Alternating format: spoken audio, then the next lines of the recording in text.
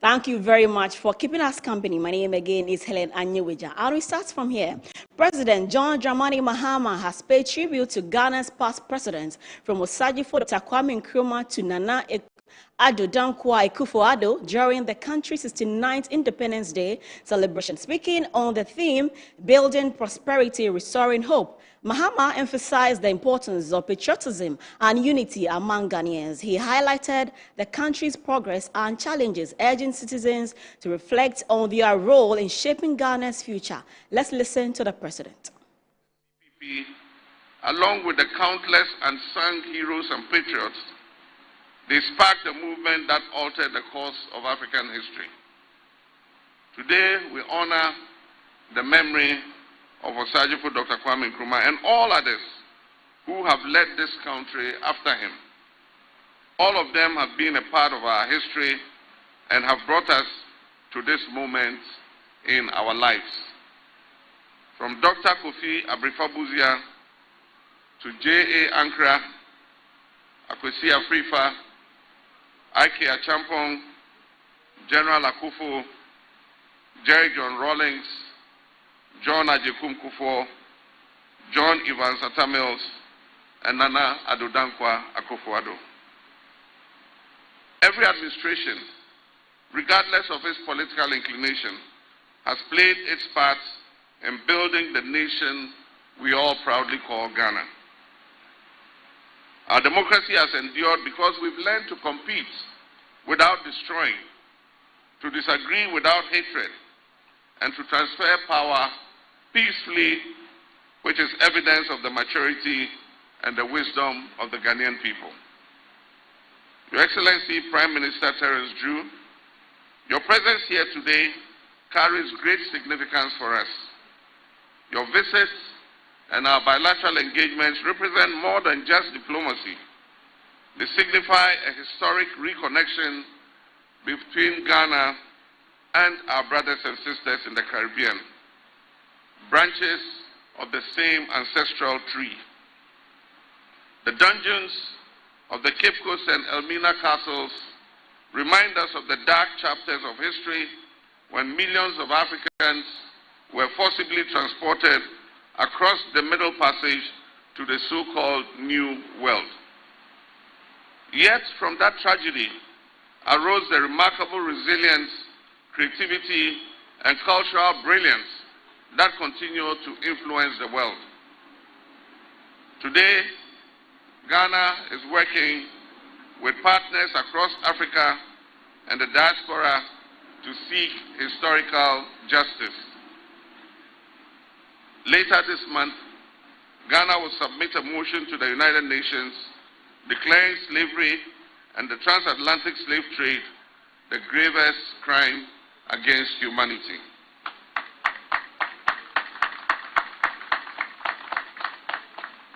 This motion will represent the justice and restitution that is long overdue. And Ghana, the first sub-Saharan African nation to gain independence, will once again lead the global call for dignity and restoration. My fellow citizens, when I took office, you granted me a clear mandate to reset our nation, Ghana.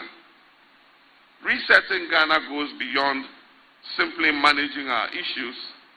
It involves transforming how we govern, how we produce, and how we share the fruits of our prosperity. Over the past year, we've taken decisive steps to stabilize our economy, restore investor confidence, and rebuild fiscal discipline in how we manage our resources. Inflation is declining, the cedi, our local currency, is stabilizing, and confidence in the Ghanaian economy is gradually returning. We've renegotiated our debts to obtain more sustainable terms for our people, and we've redirected valuable national resources towards healthcare, education, agriculture, and employment creation. But resetting Ghana goes beyond just the numbers.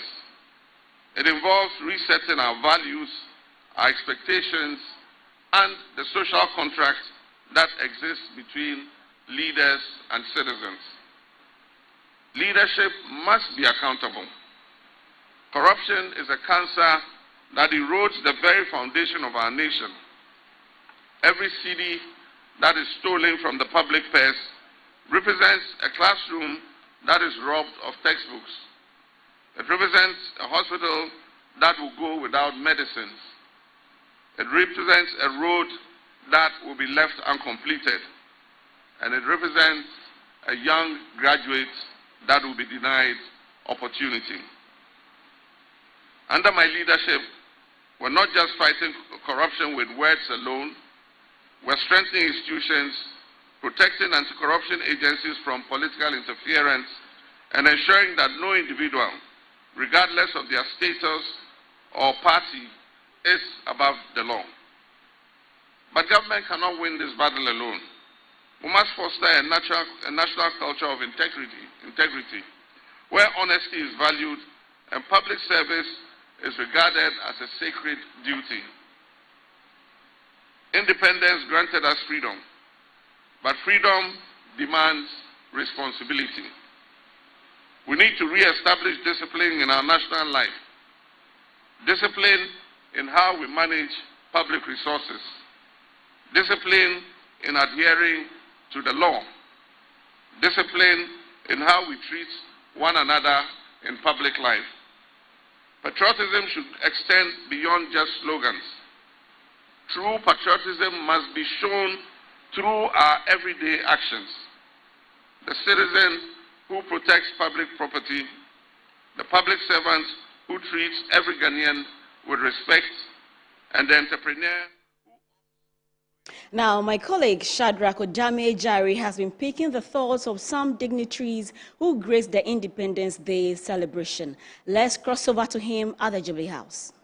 The president didn't really rule it out, but he mentioned the need to save costs. We've done a first one, we've done a second one. Is this something going forward, apart from under President Mahama's administration, we can look at as a country? Because today he's even mentioned that the country is bigger than everybody. It should be the country's interest. Absolutely, yeah, I think so.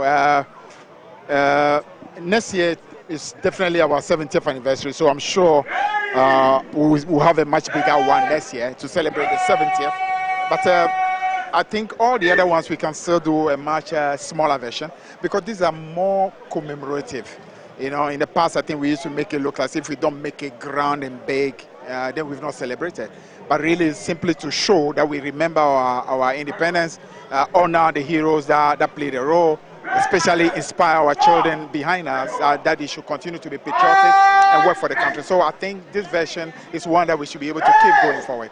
And again, going forward, are there lessons we can learn? Especially because even when you look at the wearing of Fugu today, it looks like now everyone, regardless of your tribe or ethnic group, is interested in looking Ghanaian and making a statement with Ghanaian fabrics. Yeah. Is there a lesson you think we have learned, and moving forward, what can we carry forward, especially in creative art and entertainment? I would look at it a little differently. It's not bad, I mean, to wear Ghanaian, it's not bad at all. But you know, for me, it should be bigger than that. We should really be wearing Ghanaian inside of our hearts. Okay. Our actions, our attitudes, everything must show truly that we care. You can wear Ghanaian and in your heart you're doing things against the country, and for me that's not good enough. So it should be deeper than simply wearing or fitting. Those are outer things which are okay, but if they are not influencing who you are and your love for country, for me it's not good enough. I prefer somebody who wear Western clothes, who loves his country, than somebody who wear Ghanaian clothes, who is destroying the country. On the lighter side, you are in Fugu today. What are we eating for Ghana today? Anything Ghanaian will be great. Anything I don't know if you have a choice. I don't know, maybe some banku and fitri. Thank you so much. So that's Honorable Fifi Kwete speaking to us here. But this is the second celebration or Independence Day celebration under President John Dramani Mahama. And like I mentioned, you can see the pomp and pageantry. We've seen art and culture. We are seeing different outfits people are showing here. These are Ghanaian ladies with Chief Bernard Mona. Chief, happy Independence Day to you. I see this. Which part of Ghana is this coming from? From the Upper West region. Does it have any special name? Well, this is a royal Fugu, and it is used largely by people who are either chiefs or they are of royal lineage. And you can see that the costume accompanied by my horse tail, by my wand, and above all a towel, signifying that I'm a chief. Let's do a quick look into President John Dramani Mahama's speech. He's spoken about the almost realization of the Women's Development Bank. He's spoken about the common destiny for Ghana and then Africa, leveraging on AFCFTA. He's also spoken about the kind of Ghana we are looking at 70, because next year we'll be celebrating our 70th anniversary. Is it the way to go, or you think we can do better as a nation or as individuals in the country? First and foremost, let me express my not too excitement about the venue for the commemoration of our independence this year and last year. Our independence was a mass struggle. And as you came in, you saw that a chunk of the people who on their own volition want to be part of this momentous day have been denied because this place is a security zone. Last year, we did it in order to reduce costs. This year, our economy is said to be stabilized and buoyant. We should not emasculate the mass of our people, the kenke seller, the wache seller, the ice cream seller, who would use the venue of our independence to boom their businesses. They have been denied. And above all, the general celebration that accompanies it is not there. I don't see our independence as an elite event. It is a mass event. And I think that those who are the planning officers of this should review the taking place of this event at the Flagstaff Square. The Flagstaff House is a highly secretive place, and only few people with proper accreditation can access here. We are denied, and I feel not so good about it. Beyond that, the speech of the president has been excellent. The speech has been more encapsulating. He captured the essence and contribution of the previous leaders of our nation, recognizing each one of them and their place of right.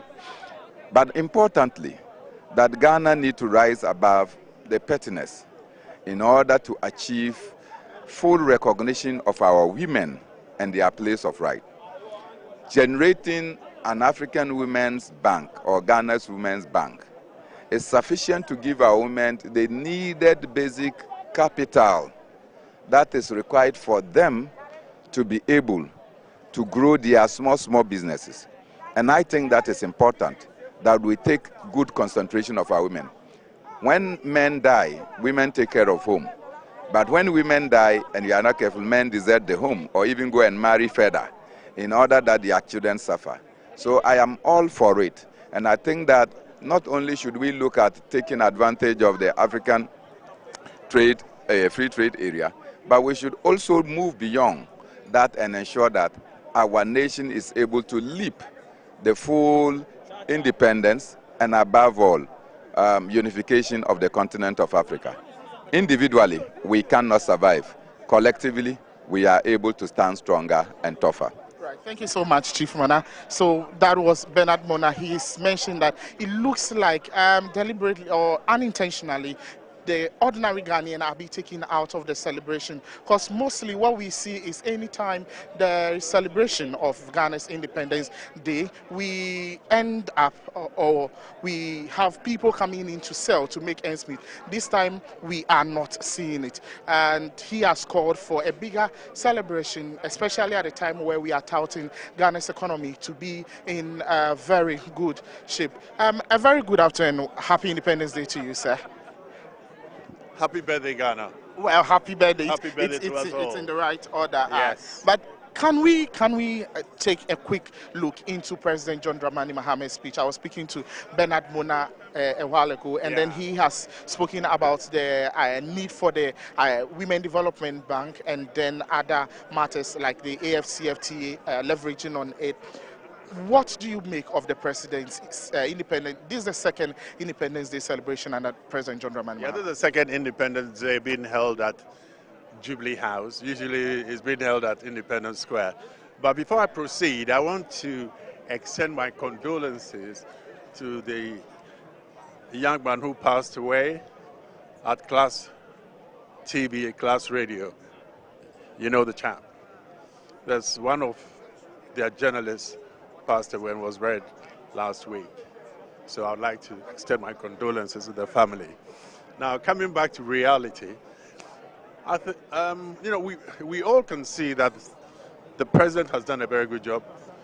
For 1 year, what he's done in a year, to me, I think is remarkable. And during the elections, those who followed me would understand that I said I will support who. If the president does well, I will say he's done well. If he doesn't do well, I'll tell him also. But in this instance, I think that the economy is moving very well. The dollar is, it's not that the city is chasing the dollar now. The dollar can't even chase the city. And the economy is thriving. Interest rates are 3.3%. I mean, you can't say, I can't say any negative that anyone can say now. Anything that you say that's negative means that probably you're jealous of what's happening. But I give him great respect, tremendous respect for what he's done so far and his team. It's not only him, he has a team behind him. And the team are working hard with him and delivering. And they are delivering. We've got to give it to them. They are delivering. If anyone says that he's not delivering or they're not delivering, I think, it's a lie. Otherwise, sure. Yeah. So thank you so much, sir, for speaking to us. So he says the president is delivering, and he can only support the president in his work now. And so he has been positive about the president's growth, and we have also heard, like I mentioned, from Bernard Mona, and then we've also seen Fifi Fiavi Kwete, who also made his remark. This is the Trade Minister, and Honorable, do I say happy Ghana Day or Happy Independence Day? Which is it? It's fine. I see kind wishes. Same to you. Sure, thank you so much. Which part of the president's speech kept you on your toes or kept your heart beating? You know, Excellency John Dramani Mahama, from beginning to end, you don't know which one to choose, except that as minister responsible for trade, agribusiness and industry, I'm always happy anytime I hear industrialization. And what I can say is that Excellency John Dramani Mahama is actually restoring hope to the young people. You will see that he's very high on industries. For the past 1 month, he's commissioned about 6 lines from B5 to Keda to Olam to CBI, just to mention a few. These are companies that are going to employ a lot of our teeming youth. Government is also going to support 3 private sector practitioners to set up 3 garment and textile factories. And we hope that put together is going to employ 27,000 people running 3 shifts. And so you can see that he is very active on industrialization, as if that's not even good enough. Just last week, we cut sword for the establishment of the first glass factory after Aboso, worth $250 million. This is an investment the president brought from China. When we went to China, we had a discussion with the business people and encouraged them to choose Ghana, and they did. They've asked that we give them some incentive, which the president has already agreed. So by August next year, we'll commission that glass factory, because note, any glass you use in Ghana was imported. For the first time after Aboso, we are going to manufacture glass, and it's going to be import substitution. We're going to export parts and then get foreign exchange. So these are the things that we are doing in the space, and I think it is good. I think that trade, agribusiness and industry holds one of the major keys to the development of this economy. And we are up to the task with the good leadership of Excellency John Dramani Mahama to ensure that we take all the advantages and the opportunities that this sector brings. Thank you very much. Thank you so much, Honorable, for speaking to us. That the Trade Minister, Elizabeth Ofosu-Ejari, who says the entirety of the president's speech literally kept her heart beating and kept her on her toes. And she alluded to some projects the president has outdoored to possibly also boost the economy and then make sure that we are getting the very best of city strength. Alaji, I don't know if it's fair to call you Alaji, but I will still call you Alaji. Where is this outfit coming from? Which part of Ghana? You know my name. I'm not Alaji. No. I know your name. I am saying Alaji because of your outfit. Yeah. The northern part of Ghana. Okay. This is the northern dress. This is the dress that our chiefs, our revered chiefs dress. If they are going to programs of highly dignified program like this, that they have to wear their regalia, the northern regalia. And so, as you can see, how beautifully, eloquently addressed with our boots. This is the shoe that if you take it to the northern part of Ghana, we call you the chief. So these are the good people of northern part, all the 5 northern regions. This is how we dress. This is our clothes, our identity, our culture, our tradition. Awesome. Let me. And we call it 3-in-1. 3-in-1. So it's a 3-piece, yes, more like a 3-piece outfit. The smoke is 2. We have a small one in. We have the biggest smoke. Then we now have this on the Parakutu. Okay. Then we have the trouser. Then we now have the boot. That makes you a complete 3-in-1. I think it's even timely at a time where the whole world is struggling for Fugu from Ghana. Absolutely. And so you can imagine if you are going to buy this, it used to cost us in between 2,500, 3,000. But with President Mama hyping and marketing, it's now become the brand ambassador for Fugu. So if you want to buy this thing right now, I'm sure definitely it will be hovering around 6,000 thereabout to 5,000, 6,000 because the demand has gone up high, very, very highly high for Ghanaian consumers. And especially, the government has given orders that every Wednesday we should wear. And so Fugu has become one of the high scarce commodity in the country at the moment. And I'm happy that it gives back job to our people, our brothers and sisters in the northern part of Ghana.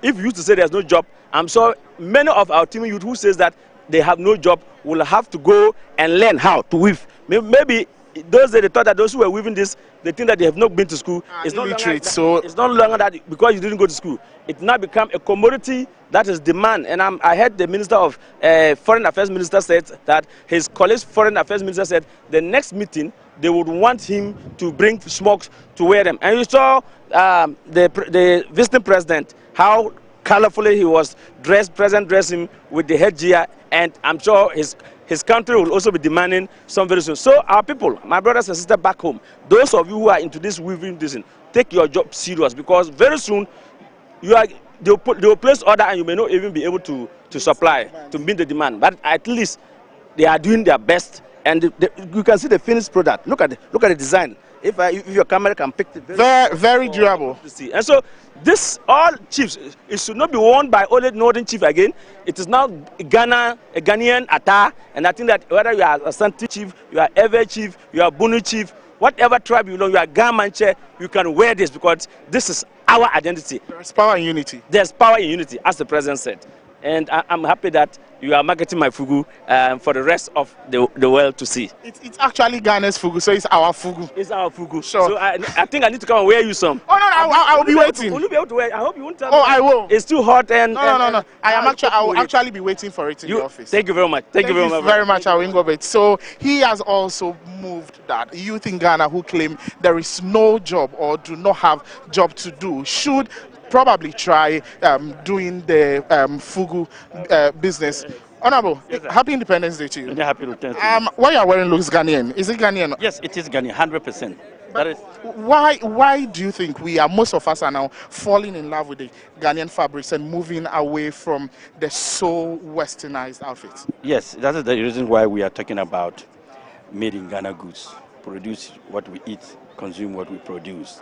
That is the level of independence. Independence we should show that we have gained economical independence, not traditional independence. What we have here today between you and I is a traditional independence. Independent where yet at 69 we cannot produce oil. we cannot produce rice. We import rice, we import oil, we import tissue, we import every commodity that we consume in this country. So what is the essence of the independence? What independence did we get? Traditional one, but economically we are still dependent. We are a dependency. We depend on other countries to survive. And at 69, if we still depend on these people to survive, then the day there will be war, like what Trump is doing now, if there's third world war, we are going to suffer. They are not going to throw a bomb for us to suffer. It's hunger that will kill us. That's the point. I'm being honest with you. If all countries are engaged, get into this war, and everybody closes its border, Ghana will not be able to feed Ghanaians after 6 months. Because we import everything. And if everybody, you know what happened in COVID. So are we learning lessons from all these things to make sure that independence has importance and not a traditional celebration where we can be here, stand here, sit in the sun, and then talk to each other and get up and work? Tell me, how many young people do you see here who should learn something from us? Did we talk about the history of this country, how we got independent, how we gained independent today? We did not. We are talking about things that we already know we cannot do. So whatever we are doing, a country must learn to know that it has to be economically independent and not depend on any country. Until we do that, I tell you, you and I will still wear these nice dresses, but the fabric is still imported. The design is here, but where's the fabric coming from? So what are we doing? What are we doing to our industries? What are we doing to make sure that the production starts, manufacturing starts? This is the reason why I put up a 24-hour economy in my manifesto. I put up this 24-hour economy so that we can become a production hub, a manufacturing hub, and an industrial hub. But that's the same thing President Mahama is also rooting for. 24 hours economy. 1 year down the lane, almost 2 years we are going. Where is the 24-hour economy? You see, President spoke about political people coming to help build this country. But are they ready? They say it, but they are not ready. They themselves are not ready to make... As in, who is they? The government. Okay. Is the government ready to listen to views and opinions and policies from other political parties? They see it as a sabotage.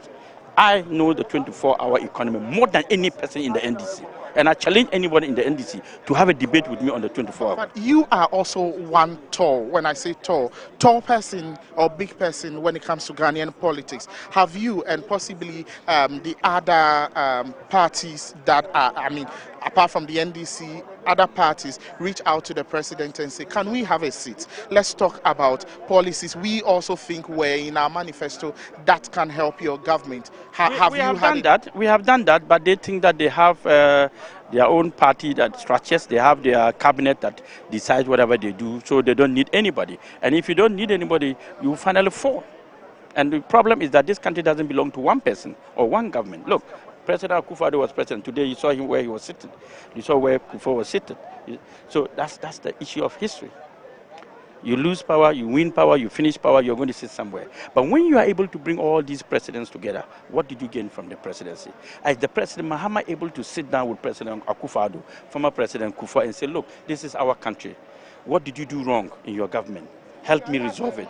President Kufuor, what mistake did you make in your government? Let's resolve it. President Akufo-Addo, what were the lapses today that you are no more president? What are the lapses you think you can do to change? Nobody's doing it. Everybody thinks he's a giant on his own. And that is why APC has been talking about an inclusive governance system where you, her, every other Ghanaian citizen will have the opportunity. There will be a platform where Ghanaian citizens will be able to engage with government on quarterly period. I think I have also seen President John Mahama meet different people from some skilled trained workers, some health workers, met CEOs, and in bits he keeps meeting people. Is that not an avenue for people to share what they have in their heads? You can meet the people, but you have to adapt the system. Meeting the people without adapting it is a big problem. I tell you, if I should lead President Mahama 24-hour economy, by tomorrow you start seeing the effect. But already, do you have maybe companies or outfits for yourself that are running 24 hours that can be looked at as an example? I run my company 24 hours. All my companies. I don't sleep. Maybe if you are mentioning two, which of them run? If I do not run a 24-hour economy business, I will not be where I am today. You don't have to be in all the sectors of your companies in order for it to run.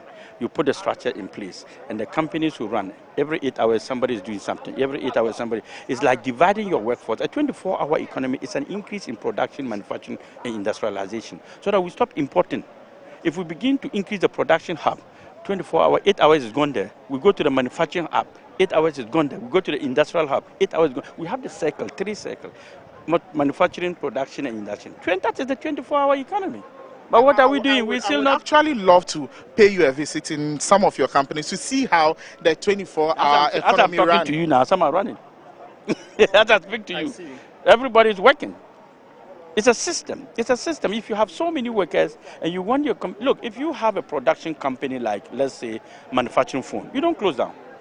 No, you don't close down because the company is run by machines and workers. So every 8 hours, some workers will be there to run. And they go home, another 8 hours go. But here, what we do is that we run 8 hours and sleep 16 hours. Our workers sleep. You, after 8 hours, you're going home to sleep.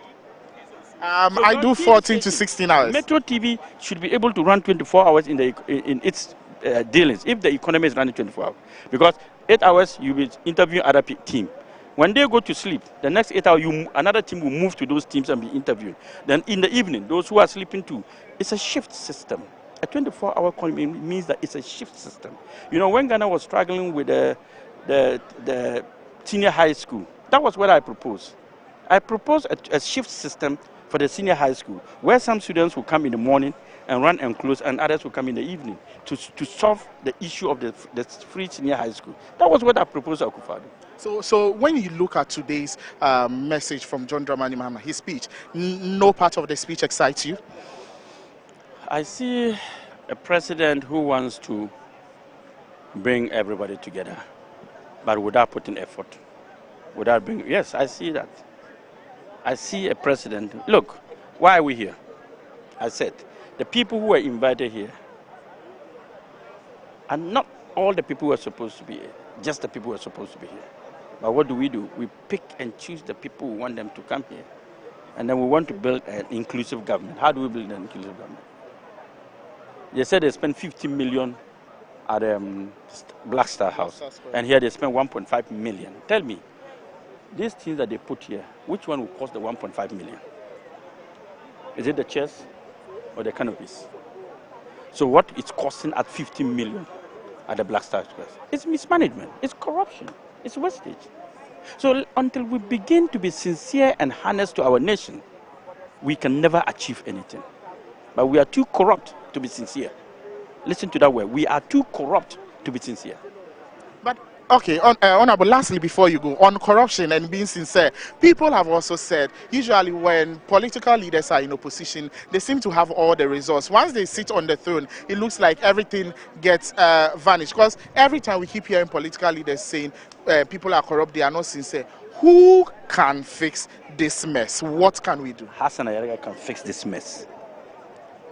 Look at the people and their achievements as individuals, in their private lives, in their business life, and see.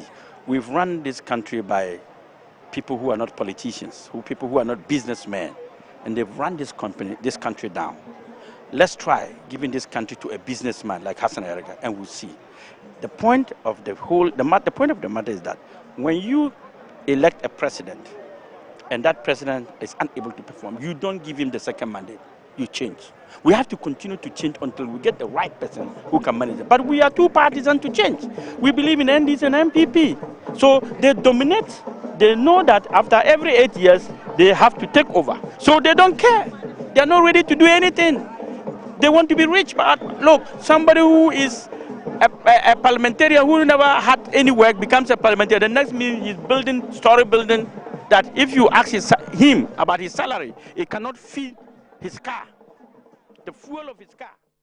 That was my colleague Shadrach with the 69th Independence Day celebrations. We have more news coming up right after this break. Do stay with us.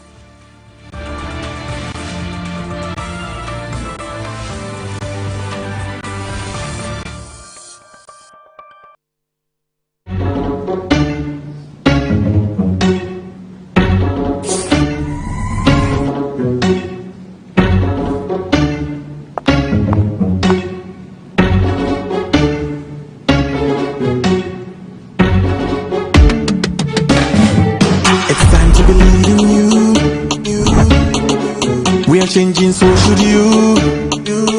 If you're dreaming, don't be afraid. I'm in the valleys. Keep your head up high. Dare to dream with Puma drinks. Yeah, believe it, you can achieve. Oh yeah, clap your hands for the whole new vibe. Make we set the bliss. Oh yeah, come alive. Let me hear you.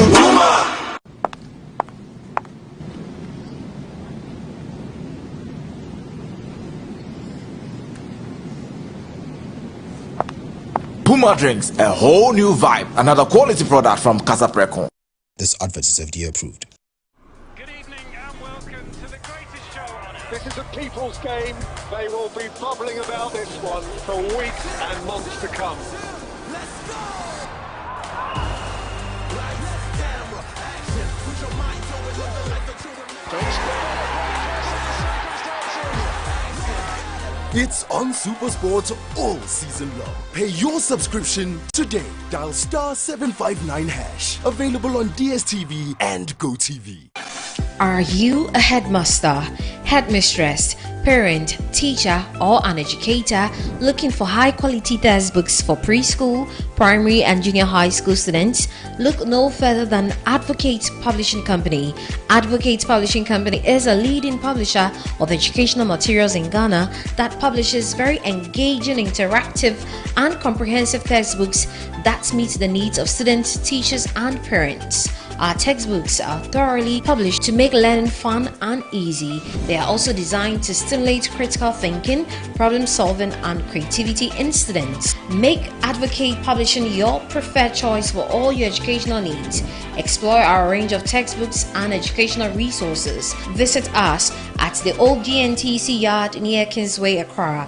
You can contact us on 0503 786 776 or 02408 06354, also 0531 600360, and connect with us on Instagram, X, and Facebook at Advo Publishing. Don't settle for less. Choose the best. Advocate Publishing Company, empowering young minds one textbook at a time. Thinking publishing, think Advocate Publishing.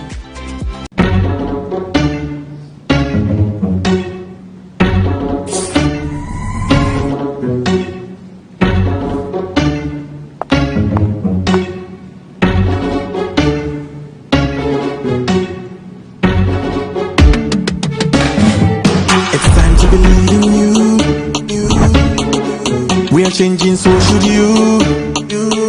If you're dreaming, don't be afraid. I'm in the valleys. Keep your head up high. Dare to dream with Puma drinks. Yeah, believe it, you can achieve. Oh yeah, clap your hands for the whole new vibe. Make we set the bliss. Oh yeah, come alive. Let me hear you.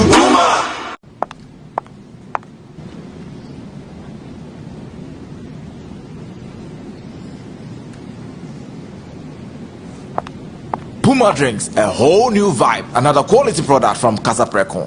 This advert is FDA approved.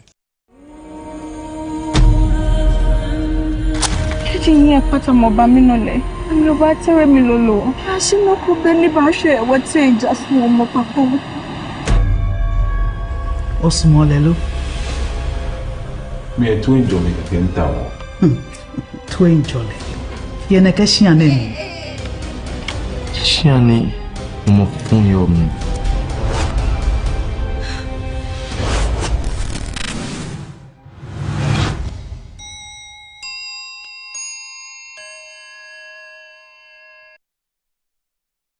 The Ghana Trade Fair Company is proud to announce the most anticipated shopping event of the year, the Eid al-Fitr Grand Sales 2026, from Wednesday 18th March to Monday 23rd March 2026 at the prestigious West Hills Mall. Discover stunning fashion, exquisite jewelry, luxurious fragrances, innovative gadgets, and beautiful homeware, all at incredible sales prices. Showcase your product to thousands of eager shoppers during this peak festive season. Register now for your best spot. Contact the Ghana Trade Fair Company Limited 0597 423 304 or 0244 469-451 or 050-2500-632. Fancy Gadam will be performing live at the fair. Celebrate it in style. Eid al-Fitr Grand Sales 2026. Partners: Ghana Enterprise Agency, Ghana Export Promotion Authority. Media partners: UTV, Peace FM, Kasapa FM, Metro TV, Bina TV, Channel 1 TV, Joy FM.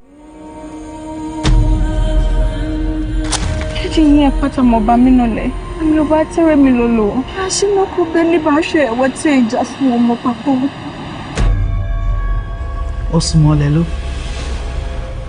Me to enjoy me kenta. To enjoy. Yene kashiane. Shiane mo fun yo mi.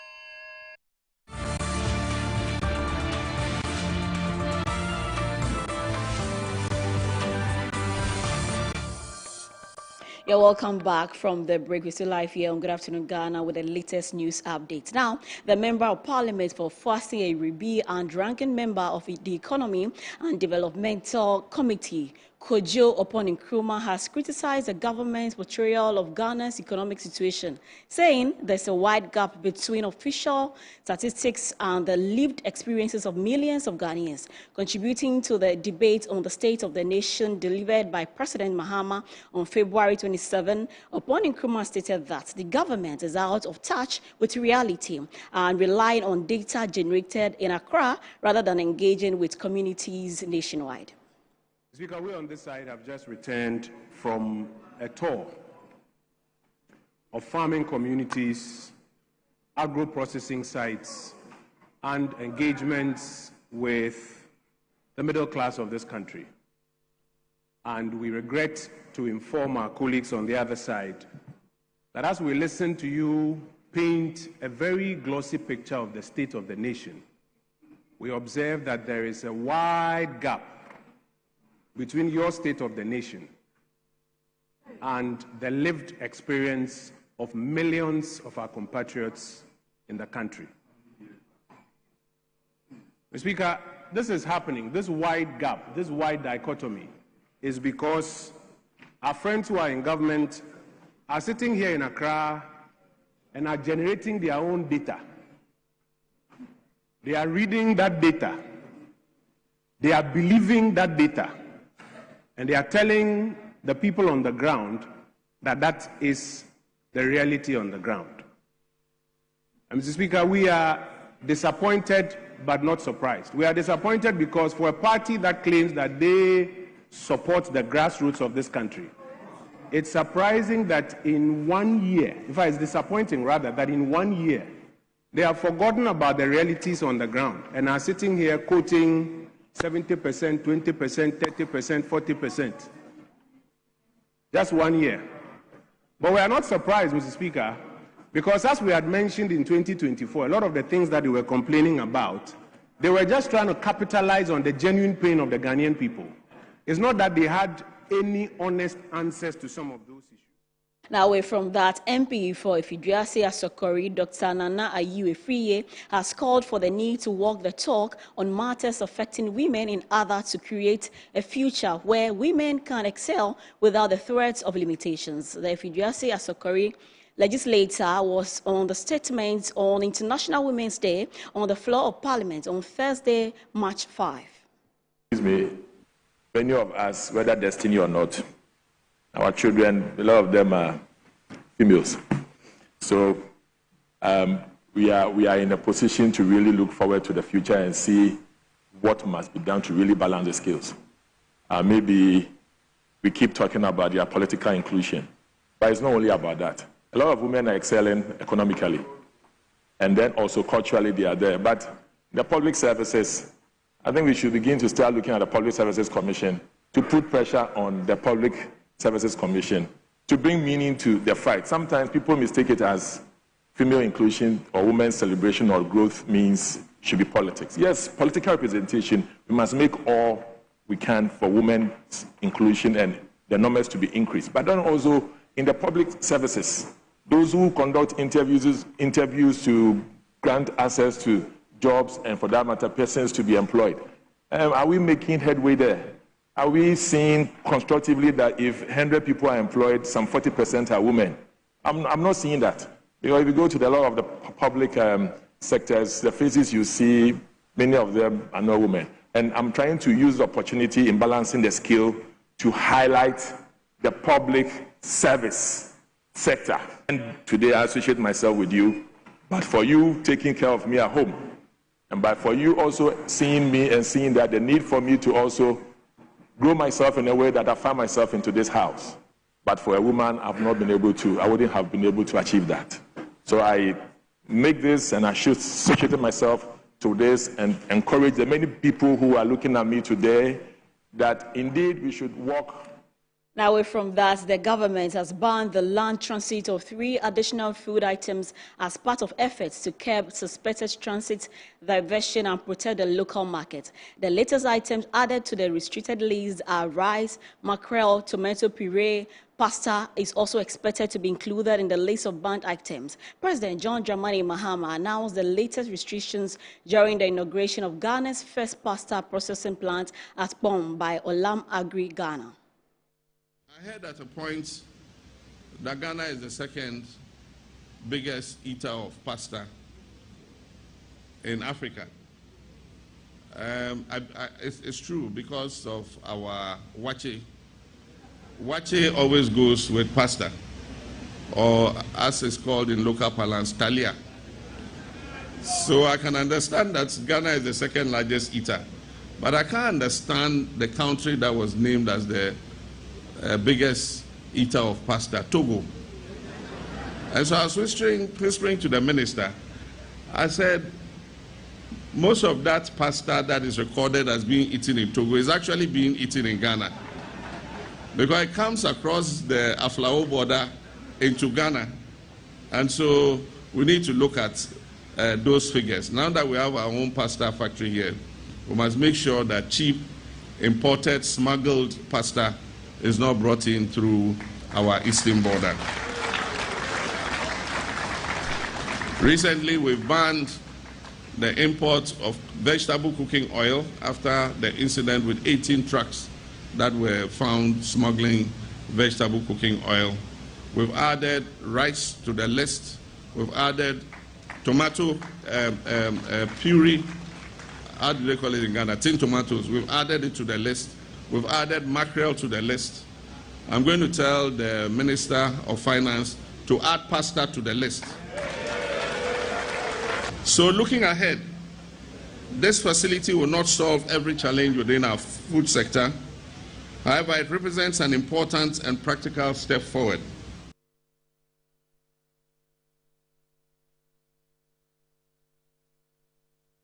Now, the Member of Parliament for Sisala East, Mohammed Issa Bataglia, has made it clear that it is not only the 24-hour economy policy that will take off, but the entire Ghanaian economy, urging citizens to tighten their belts and support the government as it rolls out the initiative. The Member of Parliament explained that the 24-hour Economy Authority Bill has now been assented to by the President and has become law, creating legal framework for the policy to be implemented nationwide. Today, we've seen the real turning of a corner where the indicators are pointing positively and making sure that even credit rating institutions have placed Ghana at a pedestal that gives us a better global economic outlook. Is it surprising that we are part of the top 10 major economies in Africa? It can't be surprising. It is just prudence and promise kept by the President. Coming to talk about 24-hour economy, one of the concerns of the President during campaign was the issue, the level of unemployment of Ghanaian people.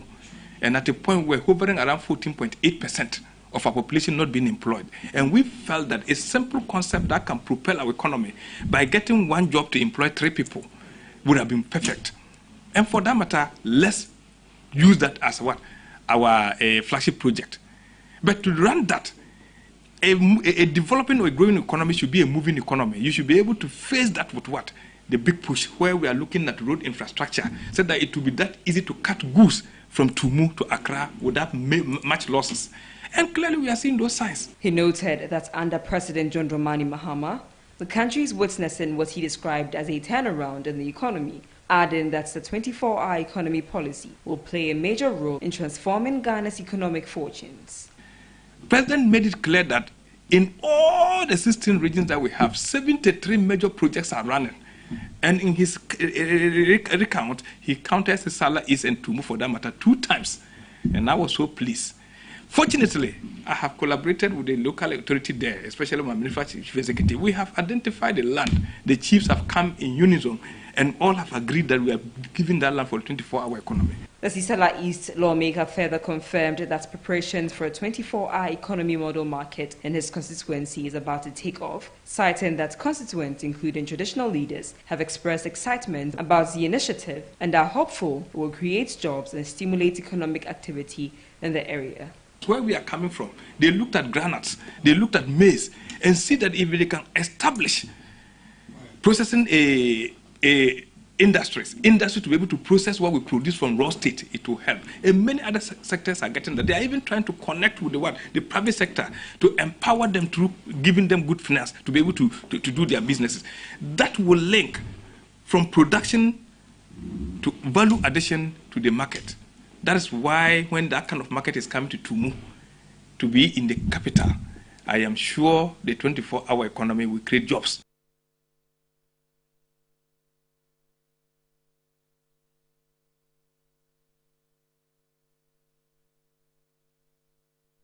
That'll be all for the news updates here on Good Afternoon Ghana. We are going for a break. When we do return this month, we'll be here for more.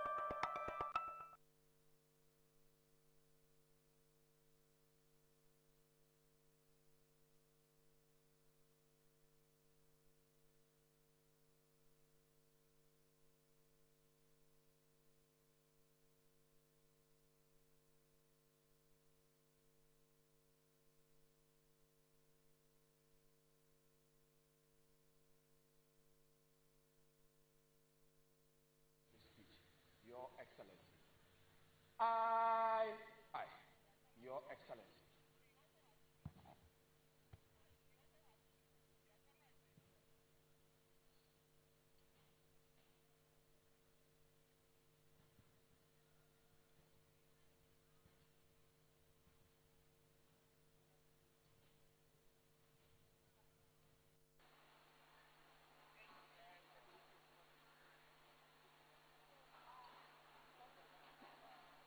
Indeed, before the President would deliver his speech, we shall take drum appellation from the Ministry.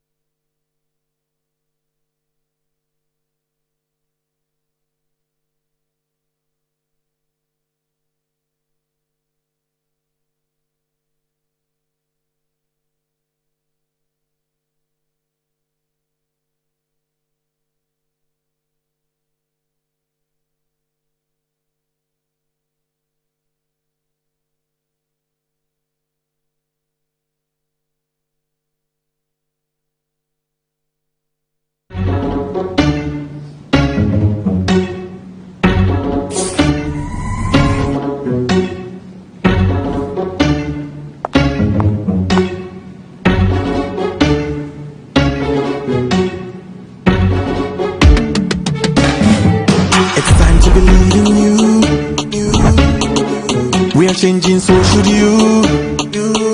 If you're dreaming, don't be afraid. And in the valleys, keep your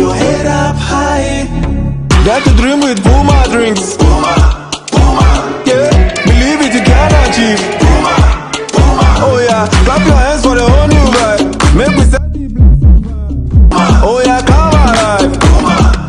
Let me hear you.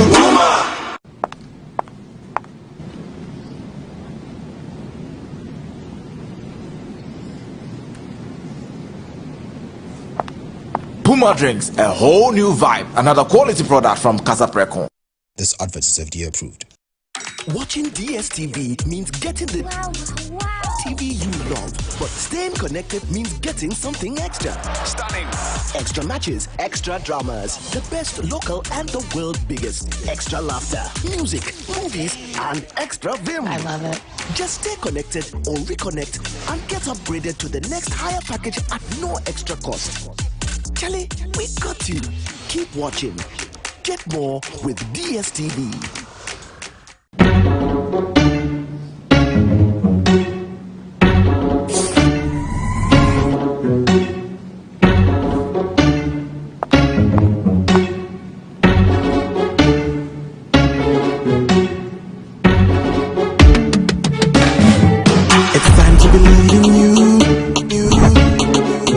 Changing, so should you. If you're dreaming, don't be afraid. And in the valleys, keep your head up high. Dare to dream with Puma drinks. Puma, Puma. Yeah, believe it, you can achieve. Puma, Puma. Oh yeah, clap your hands for the whole new vibe. Make we start the blast.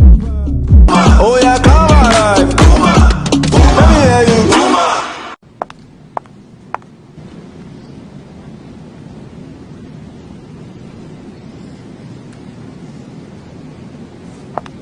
Puma drinks, a whole new vibe. Another quality product from Casa Precon. This advert is FDA approved. Some things don't arrive. They've always been. Not for a day, for all of time. Until quietly, something shifts. Moving from someday to now. Women are not honored in time. They are woven through it, shaping every story, every voice, every breath. We are because she is, and because tomorrow they will be.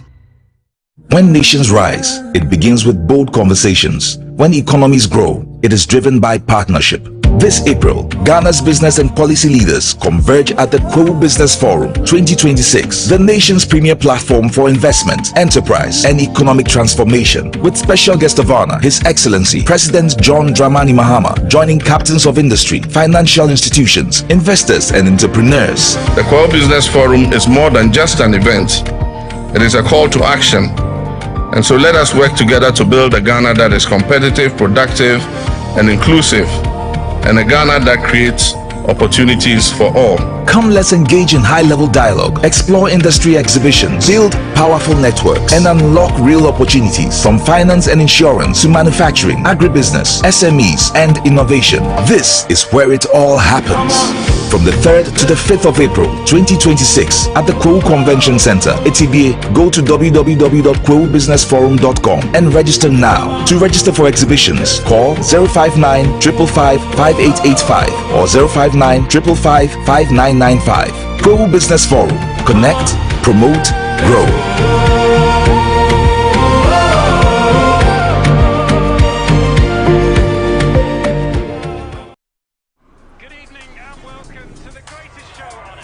People's game. They will be bubbling about this one for weeks and months to come. Let's go!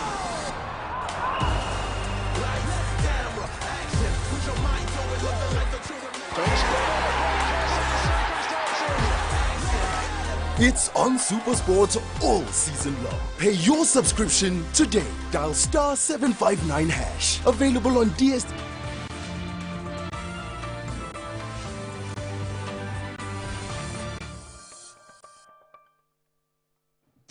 Well, welcome back from the break. This is Good Afternoon Ghana. It's the holiday edition as Ghana celebrates 69 years of independence, and we brought you the live feed from the Jubilee House where my colleague Shadrach Odami Ejare interacted with some Guineans on what this day means, and we're back here in studio. So on that note, let me say Happy Independence Day to all of us. May this keep on being that inspiration to all of us to make the country a better one for ourselves and, of course, to the generation that will come after us. So today we have a very, very big conversation coming up here on the table. I'm intrigued about this conversation because I get to learn from someone who's seen it, someone who's been around for a very long time when it comes to policy, when it comes to a lot of things that we need to know as a country. He's definitely one that we need to talk to. And today we have him in studio. He's a Ghanaian economist, he's a policy analyst, he's a public intellectual, and he's been working in areas such as development economics, public policy and governance in Africa. Ladies and gentlemen, it's a pleasure to have on Dr. Nimoy Thompson joining me on the table, and he is the chair for the National Development Planning Commission, and he joins me in studio. Thank you very much, sir, for your time. Thank you, sir. Thank you for having me. Right, and happy holidays to you. 69 Same years. to you, yes. Yesterday on social media, just about me though, the conversation was just a few years ago we had Ghana at 50. Exactly. And that was 19 years ago. Yes. 19 years ago, I was in class, basic school, I guess. but you've been around for a very long time, Doc. And since 69 years, what we have come as a country, we're talking about hope, we're talking about prosperity. From your perspective, what do you make of that before we even get into the speech of the president? 69 years, we've done good as a country? Well, let me use the expression which we are all familiar with. It was popularized by Nadbru, Wogbejeke. I'm sure you know that song, Wogbejeke. Yeah. And it's a Ghana expression with two meanings, depending on context. Wogbejeke means that we have traveled very far. It also means that we have far yet to travel or to go. So we come very far, and we have there's more distance to cover. And I think that pretty much sums up the story of Ghana. The fact that we've remained a unitary state, secure for the most part, unlike what has befallen other countries, for example, I think we need to be grateful for. Too often we begin the story of our independence from 1957. But in fact, before 1957, we had limited self-government, which Kwame Nkrumah headed from February 20th, 1951. And it's always important to bring that in as part of the story, because a lot of his achievements and a lot of the achievements we enjoy today either begun from there or actually took place from that from that period onwards. So February 20th, 1951 to March 5th, 1957 was the limited independence period, and then March 6th we had the full independence, which we are now celebrating. What are some of the things that took place under limited independence? We had free basic education. In 1952, he had something called the Accelerated Education Program, which made basic education free. It built a number of schools around the country. KNUST was built from that Accelerated Education Program. Opokuare, several basic schools were built around that time. We had our first 5-year development plan in 1951, which brought the construction of Adome Bridge, Township, eventually Tamahabo, not KNUST, Konfanochi Teaching Hospital, and so many other things. So before 1957, we had already started to run, and it's always critical to factor that into what we are now. A lot of, especially recently, the Sajafo has come under attack from all sorts of angles, people accusing him of being a dictator and so forth and so on. But what they fail to realize is that the kinds of actions he took, that today they accuse him of being a dictator for, were precisely the actions that held this country together. Doc, we'll get into that bit of the conversation. Sure. But you've definitely said that we've come from far, but there's more distance. But again, I just want you to share with us how you're coming up as a young man and Independence Day. What was it like back in the days? Well, I was actually a kid when Kwame Nkrumah was overthrown. So all I remember, this was in Kumasi Bantama, all I remember were the songs people were singing. Sidi Kwasi Ebiti Daso, Sidi Kwasi Ebiti Daso. What did that mean? Sidi, because we had the image of Kwame Nkrumah on the Sidi. Oh, okay. So Sidi Kwasi Ebiti Daso, Sidi Kwasi Ebiti Daso.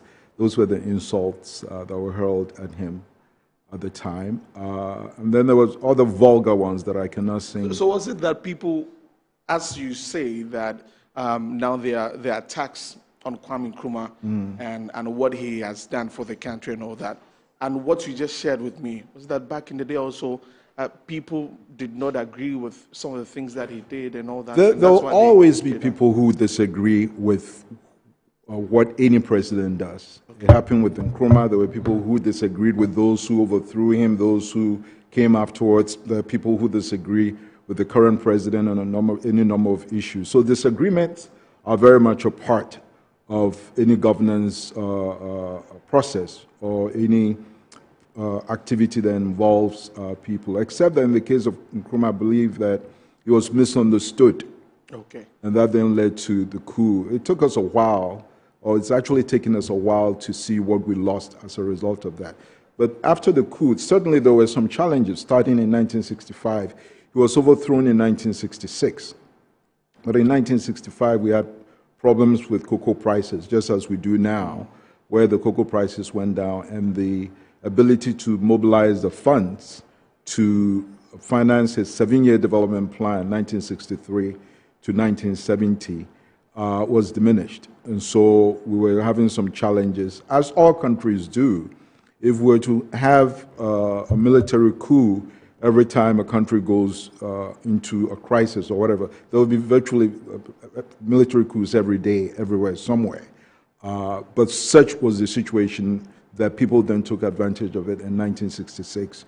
He was overthrown. Then, of course, there was a relative period of stability, but thereafter we began our decline. In 1962, for example, Ghana's per capita income was something like 73% higher than that of South Korea. Today, our per capita income is 95% lower than that of South Korea. South Korea actually gives us foreign aid now. And when they do give us foreign aid, they actually remind us that at some point in the past, we were ahead of them. With the decline of economic growth and economic institutions, pretty much everything also began to fall apart. So by the mid-70s, somewhere, let's say 73 to 1983, you can call that the lost decade.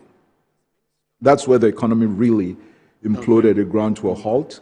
We had massive brain drain back then. 10,000 teachers, trained teachers, left the country at the time. Nothing was functioning. This is when the Kalebule phenomenon came in. Yeah. We had very rigid price control, a very rigid price control regime, which also created its own problems because the soldiers were asking traders to sell below the cost of their goods, and it made no sense. You buy something for 5 cedis, and they're telling you that you should sell it for 4 cedis.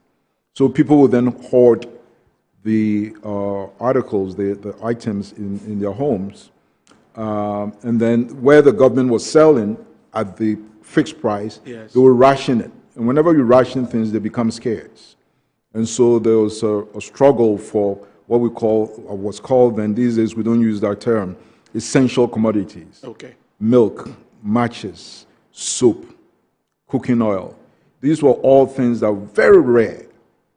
And I remember situations where you could be sitting around and someone would just yell, "Isichirabo," and then everyone would start running. They don't even know where the Isichira is. Just the mere declaration or the announcement, the Isichirabo, is it here, is it there? Then people would jump over their grandmothers just looking for sugar. That's just how things, bad things got for us. So it was because of that that people used those words on Nkrumah at that time? Yes, we're going back to his period. Yeah, because of the collapse in cocoa prices, and cocoa had always been the mainstay of the economy. We started having difficulties in terms of generating the foreign exchange to import things. Okay. But it was a period. It wasn't like a permanent dislocation of the economy. Okay. Cocoa prices always decline, and they rise, and they decline, and they rise. So it wasn't a big issue. And even after they overthrew him, we had a similar problem in 1972, January, 71, 72, where J.H. Mensah, who was then the finance minister under Busia, also reminded them that, listen, just hold your peace, the prices will rebound again. Okay. But people never understood that. In the case of Nkrumah, people took advantage of that brief period of development challenges to then brand him with all sorts of labels. Of course, now we know that the CIA had a role in it, so it wasn't all a domestic affair. There were people who had issues with him because of his growing stature in Africa, and for that matter, the rest of the world. Right. When he was overthrown while he was in Hanoi, he was on his way to help resolve the Vietnam War. Okay. Yeah. In my very young life, right from basic school, junior high school, there'd always been the anticipation for Independence Day.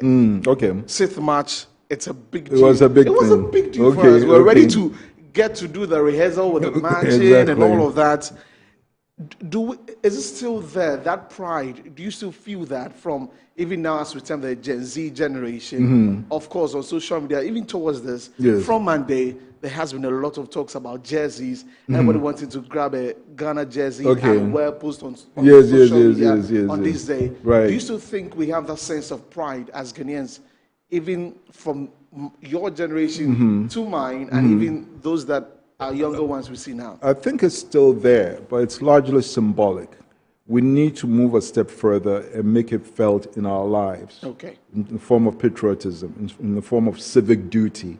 I see a few individuals going around trying to fulfill their civic duty.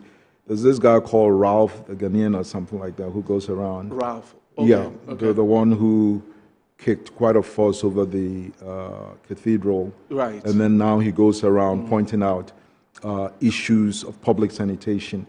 That's patriotism in action. Okay. As opposed to waiting for once every year to put on the Ghana pin and other. Nothing wrong with that. That's why I said it's more symbolic. But we need to also begin to translate that patriotism into civic duty. Don't do what you are not supposed to do. Currently, Accra, and for that matter, other cities are now free for all. You can do pretty much anything you want. You can build a kiosk, build a house anywhere, buy a car and put it on the pavement, on the road. The lawlessness is simply shocking. And we have, for all practical purposes, a collapse of urban governance. So we need to be able to somehow, as I said, make our patriotism felt by living up to our civic responsibilities. But that also calls for having effective institutions, because left to themselves alone, most individuals would simply do the wrong thing, or even what they consider to be the right thing may not necessarily be good for the rest of society. From their narrow perspective, I'm just clearing this place to sell something here. But in the process, you are impeding the free flow of traffic or pedestrian traffic and things like that. So we need both. We need patriotism and civic duty, and we need effective and responsive institutions, which currently are at very low levels. And it's challenging to development because we are also urbanizing. We are now around 60% urban, and as you urbanize, you need these kinds of institutions. There's an expression, the capable state and active citizenry. We need that. Okay. Yeah. And so then people say that our country is how it is because of our leaders, and others also believe that we, the citizens, are also at fault for what we see in the country. Yes. Where does it lie? Well, for one thing, our leaders are selected from our ranks. They don't drop from heaven. So to a large extent, they reflect our values, the values of the society. But that's where leadership itself comes in, that as a leader, you are supposed to have a certain set of values. Necessarily, you are held to a higher standard. That's what sets you apart as a leader. So you must be held necessarily at a higher standard by exhibiting certain ideals of the state. That's why I always tell people that if you don't read anything about the Constitution at all, you should read the Directive Principles of State Policy. I left my copy in the car. I would have read excerpts in it for you. And this is where leaders are supposed to do. Yes, we come from the same society. For the most part, we embody the same values and everything. But leaders are supposed to have an ideal that we all aspire to, because they are the personification of the state. And the state is supposed to be the best that we will all be proud of. So if you emerge from that environment and somehow you don't build yourself up, you don't improve yourself, and you continue to exhibit the same bankrupt values, then we are all stuck. And to a large extent, I think we have a lot of that. We've been traveling around the country trying to understand why we face our current development challenges, why we keep making plans, but we don't see the effects and so forth. And one thing that's emerged is the pervasive corruption. I mean, that the society has been eaten deep by corruption, almost all levels, at the policy level, at the technocratic level.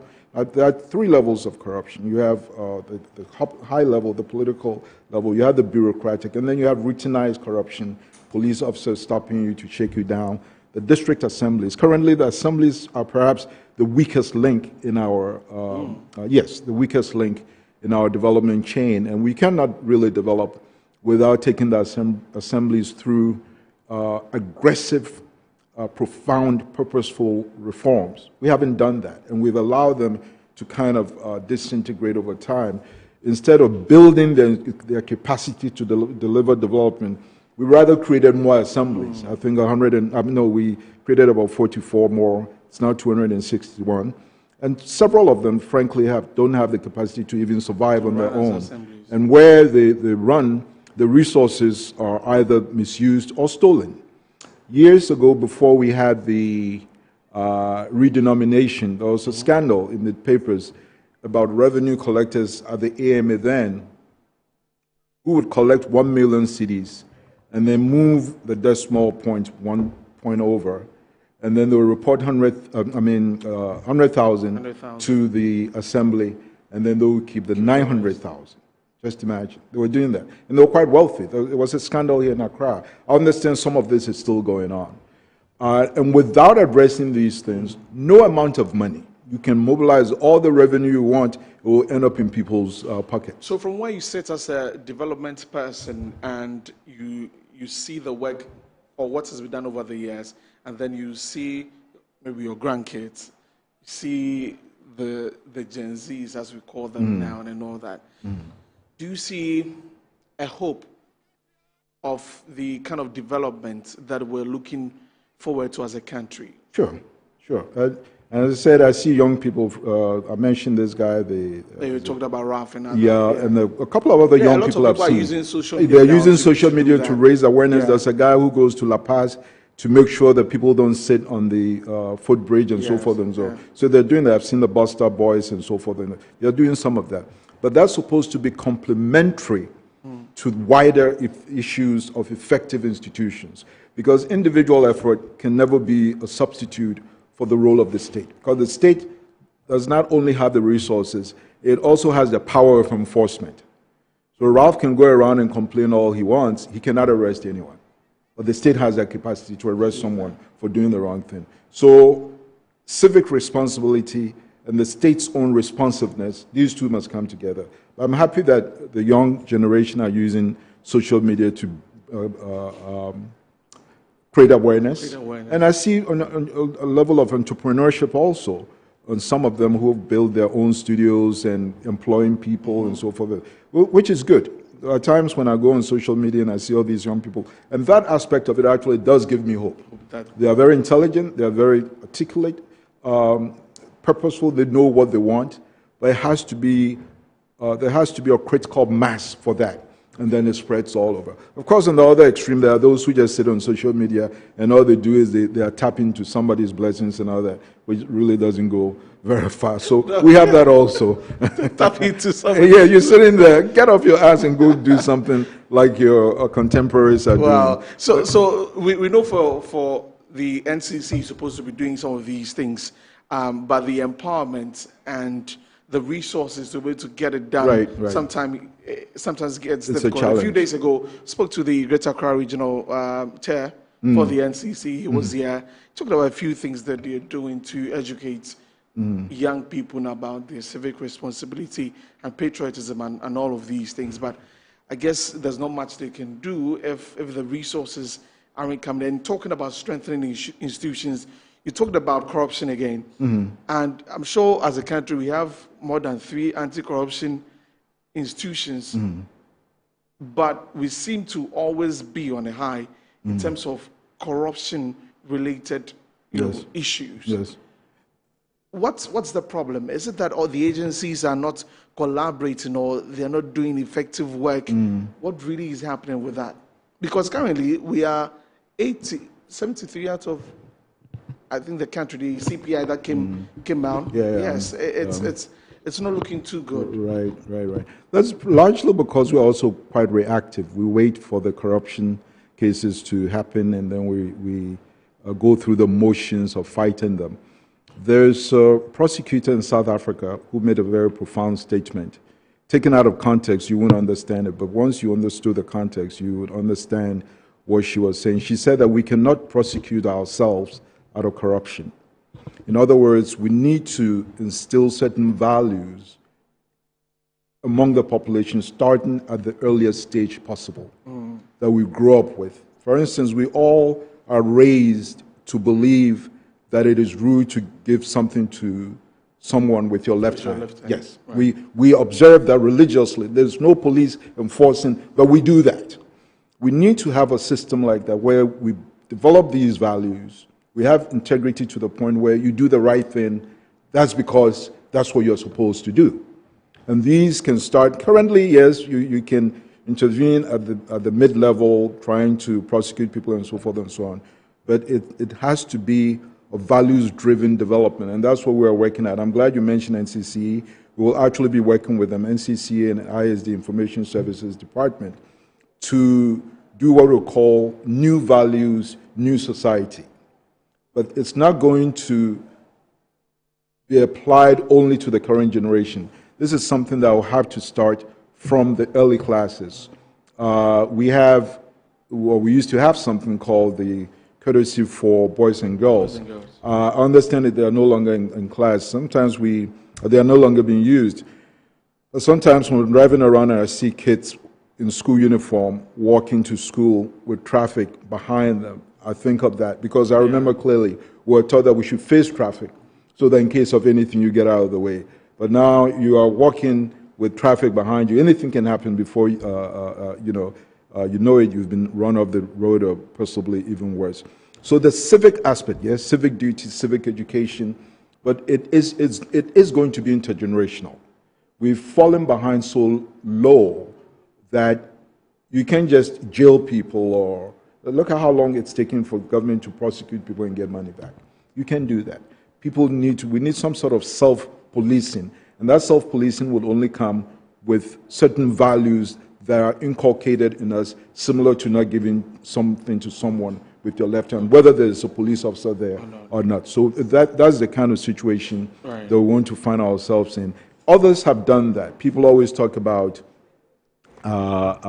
Japan, where the school kids, they don't all only walk to school, but whenever there's a public program, they stay back and pick up after themselves. Yes. Even at the World Cup, we saw that. Yes, they do that. They weren't born like that.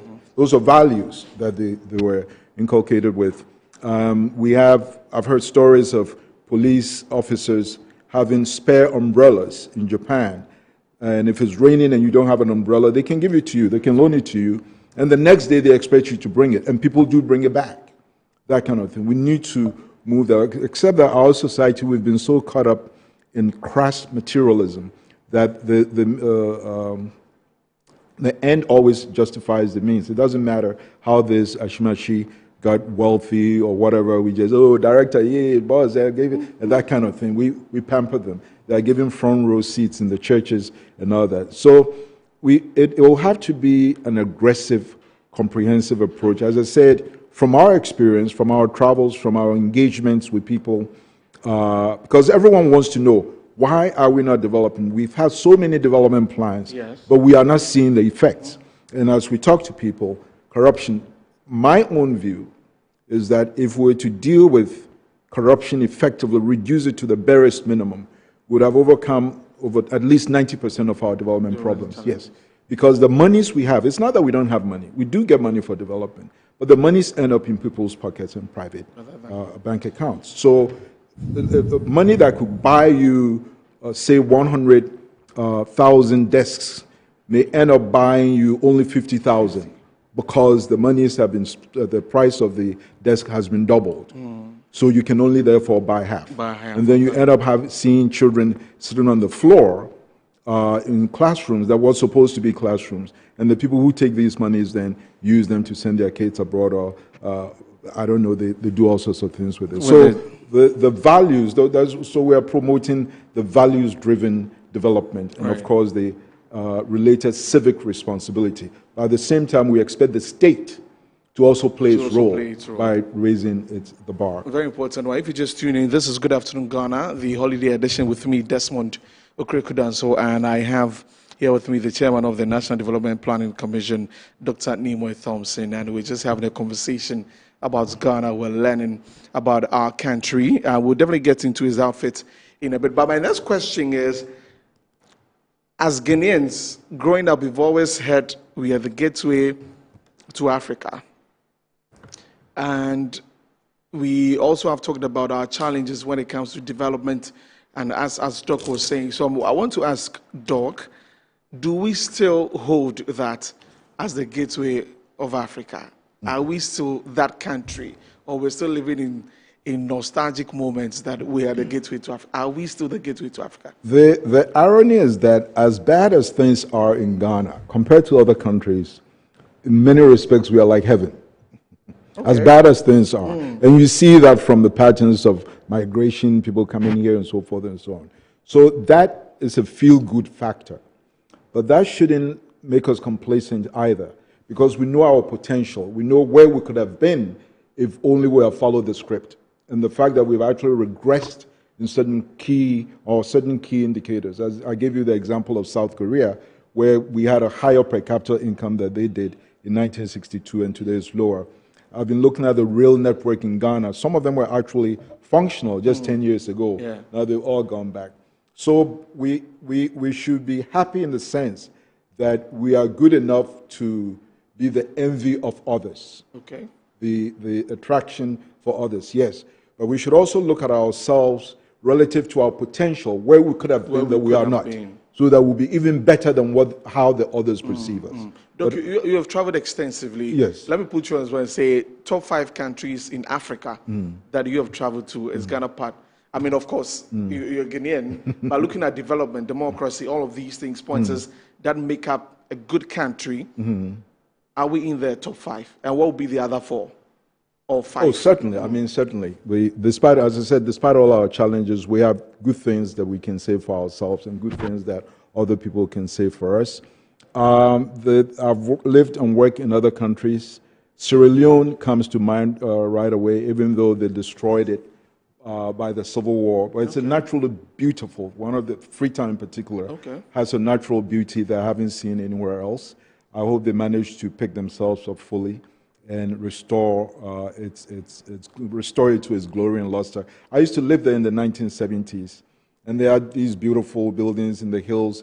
Much later, when I went to the U.S. and I visited Hollywood Hills, that's what I could compare it to in Freetown. That's how beautiful it was, the waterfalls and all that. They messed it up. So that's one. Ethiopia will definitely be there. Addis Ababa, they have their own challenges. I haven't been there lately, but from what I've read, they've made substantial progress since I was last there about 10 years ago. Liberia will be another country. They also were doing quite well years ago until the Civil War. So wars have actually destroyed quite a few of them. When I lived in Liberia in the 80s, for example, in those days, the US dollar was their main currency. And I remember my boss and his friends, they used to travel to the US on weekends just to go and gamble and come back. That's just how, Really? Yes, they have what they call Pan American Airways.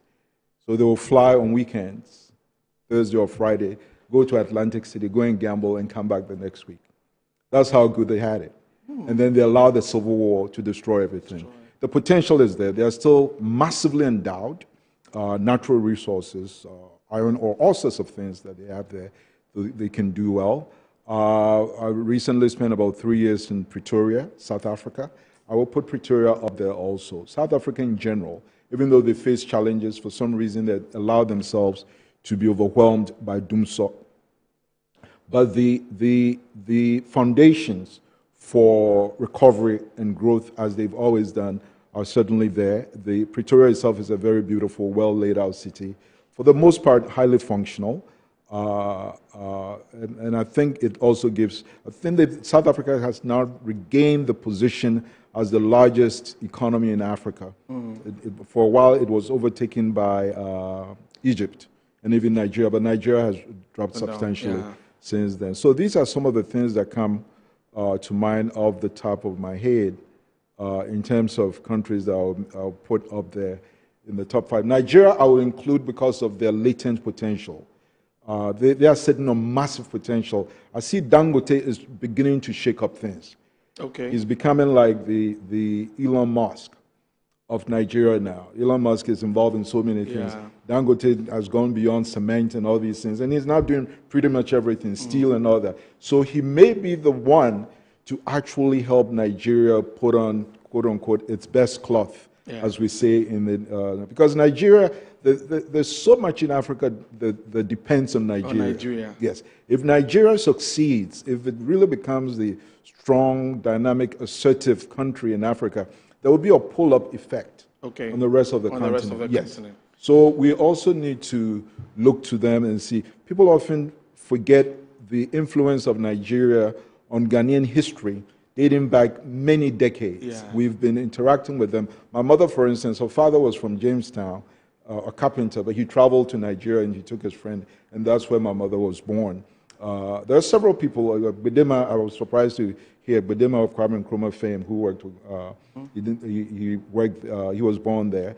And there, of course, the Nigerians themselves here. The Nigerians.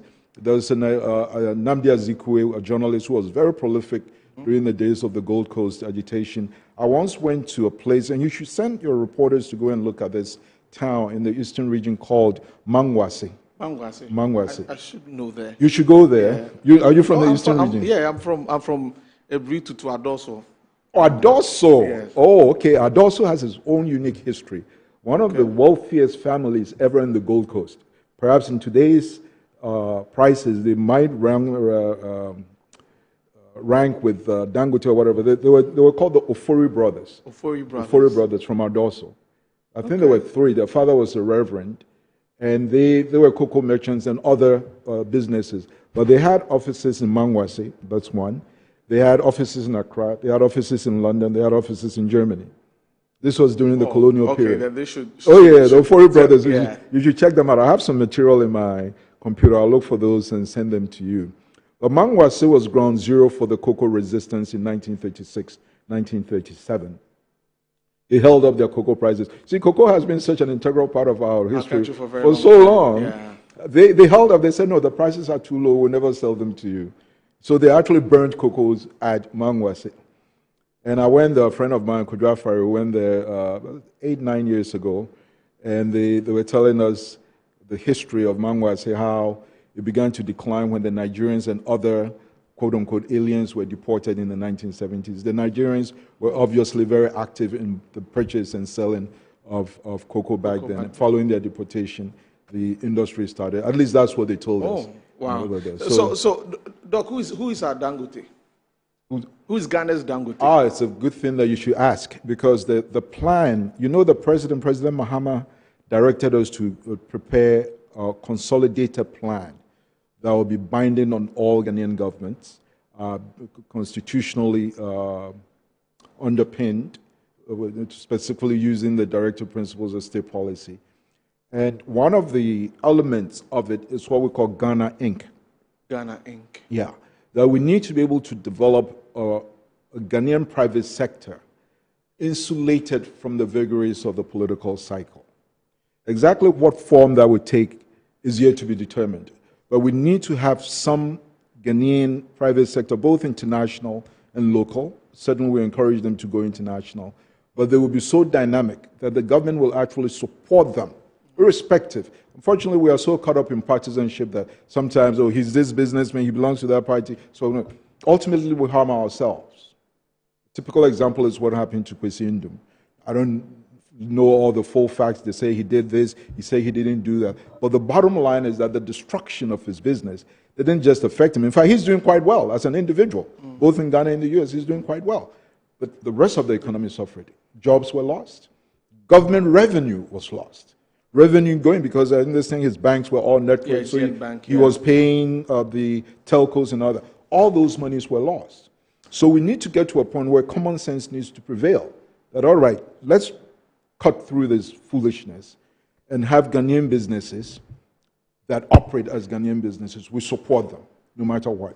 And encourage them to also go out there and bring in profits. Because too many businesses come here and they make a lot of money. Between 70 and 80% of a lot of the big businesses in Ghana are not even owned by Ghanaians. They're owned by non-Ghanaians. And they take the profits out. There's only one Ghanaian bank in the 10 largest banks in Ghana. So look at the profits that get shipped out and out. So we need to, at some point, rally around Ghana Inc. Make sure we have champions that we can support. These days, you see a lot of Turkish businesses here in Accra and possibly other parts of the country. They do get some support from their government because the Turkish government has a strategic vision of being present in virtually every African country. So besides building mosques, they also support businesses for them to take root in Africa. So that eventually, before the others realize it, the Turkish have a foothold in Africa. We should begin to do that. I see a lot of hotels. I see Alisa, for instance. I think Alisa could be a global brand by now. But it has to be a strategic decision. Because all these other businesses, Coca-Cola is here. Coca-Cola has had US government support for decades. And now every village you go to, there's Coke. Every time you drink Coca-Cola, you are sending money to the US. Even if it's just 1 cent per bottle, you are sending it to the US. It goes back to them. The president in the SONA last week mentioned that for what they came to meet and what they're trying to do, and even with the finance minister, Dr. Kessel, going to Parliament with the accumulation policy, with the gold and all of those things. Right. Accelerated. Yes. Accelerated. Accelerated. Thank you. And saying that, I think it was profound for him to say that private businesses are breathing again. Are breathing again. Yeah. That's always been the president's philosophy for as long as I've known him. Right. Sometimes he takes flack for it, for trying to be nice to all businesses. He does take flack for it. But he actually believes that. I've been with him for a long time. He believes that. And it's a good thing. We need to open the space. Because when the Ghanaian business succeeds, we all succeed, irrespective of your political affiliation. Your cousin, your son, your daughter, your nephew might be employed by this business, despite the political affiliation. But sometimes we get so caught up, he financed this party, and so let's destroy his business. And people do that. And I give you the example of Kwesi Ndum. Yes, the business is gone, but personally he's doing well. What about those who lost their businesses? And not all of them supported him when he was running for president. Not all of them share in his political views, but they lost. And some have left. Whose loss is it? Our loss. Because the people who lost, bankers, IT people, and so forth, those are high-value skills. We've lost it. All because we want to settle political scores. So Ghana Inc., we're going to propose it, and hopefully it will find expression and a space in people's hearts. When we get around to talking politics, that, listen, this business, whether it's NDC or MPP or CPP, it is creating jobs. This business is doing this and that, so why destroy it? And this is why we also need campaign financing reforms to go with that. Because once we have those reforms, we are very clear who is giving what money to whom, so that no one is undermining the democratic process such that they will have to be punished. You give it openly, and everybody knows where you stand. I think there's a bill in Parliament. Exactly. We've been working. I remember years ago, about 15 years ago, I actually did a paper for, was it CDD or Third World, one of them, on how to handle those things and how it's done in other places. So we need to have major institutional reforms The CRC, the Constitution Review Commission's recommendations actually include that. So hopefully we'll be able to do that. But we need, if we don't have a single Dangote, I'm sure we have individuals that are not quite as affluent. Certainly Ibrahim Mahama falls within that category. He has the potential to be that. I hope, Ibrahim, if you're listening to me, please try and list engineers and planners, because they've done that in South Africa. It will help you go global, maybe take on construction. It would be nice to be walking down the streets of Beijing and you see a highway contract given to engineers and planners from Ghana. Because it shouldn't always be that you're walking in Ghana and you see a sign in Chinese that you can't even read. But it's possible to have engineers and planners having a road contract. The truth is that I always read, when I get to construction sites, I always read, this is by, you see, some things. Right. I always do but that. You see, it calls for strategic thinking. Yeah. How many, so if we don't do that, and where you say, oh, Ibrahim's brother is the president, so let's destroy him, or this person's wife or husband is this, and then we'll never be able to construct roads in other places. And they always come here. Yeah. How many of them? Maybe 5 or 6 people come here, and they end up shipping out hundreds of millions of dollars. We talk about unity as a country, and I mean, from President Mohammed's statement, you could see that's what he's trying to do with with his second coming into the office at the Jubilee House. But again, as one people, it is our history that tells our story. And we need to be united as one people to be able to share that story to the rest of the world. Yes. But it has been that our history is taken in from whoever wants to look at it from a certain angle or perspective. So then it becomes the history of the person who is speaking. Exactly. Not the history of the country. And then that brings to mind your post on Facebook about this man's name, Lawyer Anoche, and how you've not been too excited about some of the things that he's saying. Why do we have this problem? Why don't we have one history that everybody knows that this is it? And then every now and then issues pop up. This one says, this is what we know as the history. Other person also says another thing. Why? Well, there are the facts of history that are immutable. No one, no matter who you are, you cannot change March 6, 1957. It's just there. Yeah. So if someone comes along and tells you that we attained independence on April 15, 1956, clearly you have to question that.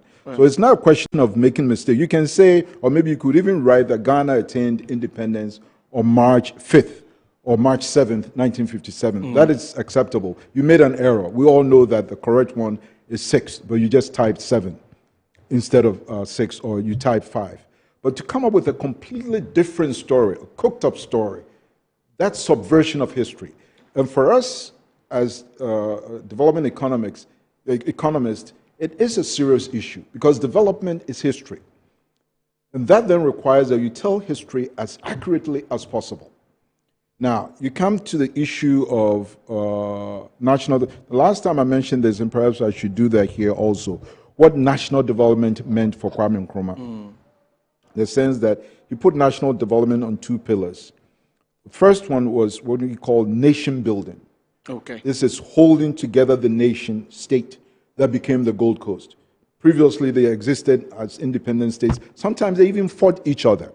Now we are no longer fighting each other. We are all within the geographic space of Ghana. When we were kids, we used to call the Ghana map cocoa sack. I don't know if they still do that. When you look at the Ghanaian map, it's just like a cocoa sack. So now we are all in this cocoa sack together. By the time, people were fighting to break it up. So Nkrumah had to go out of his way to make sure that we stayed as one nation. And that one nation is what we survived, we've enjoyed and lived to this day that we're celebrating. And one of the tools he used was the passage of what he called the Avoidance of Discrimination Act, which was to outlaw parties, political parties, based on ethnic agendas, religious agendas, and so forth and so on. And then the other one is socioeconomic progress, economic development. That's when he brought development all around. People often talk about Kwame Nkrumah's 7-year development plan. There are actually 2 of them. One of them was 7 years also, but it was for what we call sectorial development, economic development, social development, and so that's one. And then the second one was for fiscal development, infrastructure and fiscal development. So that one had industries, factories that were to be built strategically across the country and the required infrastructure to support them. And that's what created the expression among the CPP back then that Yebeche Manuel Sumobiaso, because he presented a very comprehensive approach to national development. So these facts are there. And so when someone then decides to tell an entirely different story, one of the things I picked on was his claim that the ex-servicemen who demonstrated on February 28, 1948, had their petition dictated by Akweje to Kwame Nkrumah, and Kwame Nkrumah put a piece of paper on somebody's back and wrote it. It just never happened. So it's not about getting the facts of history wrong. It's simply bastardizing history by telling stories that never happened. And how do I know that it never happened? All the proceedings are in the Watson Commission report. Anybody can download that. That's the thing with technology these days. It's there. You just get it on And the from the Watson Commission report, we do know that the person who actually signed the petition was called B.E.A. Tamaklo. He was the president of the Ex-Servicemen's Association.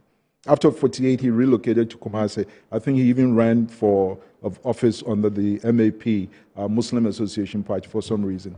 But we know that this is the person who signed the petition to the governor. The governor responded to him by addressing it to B.E.A. Tamaklo.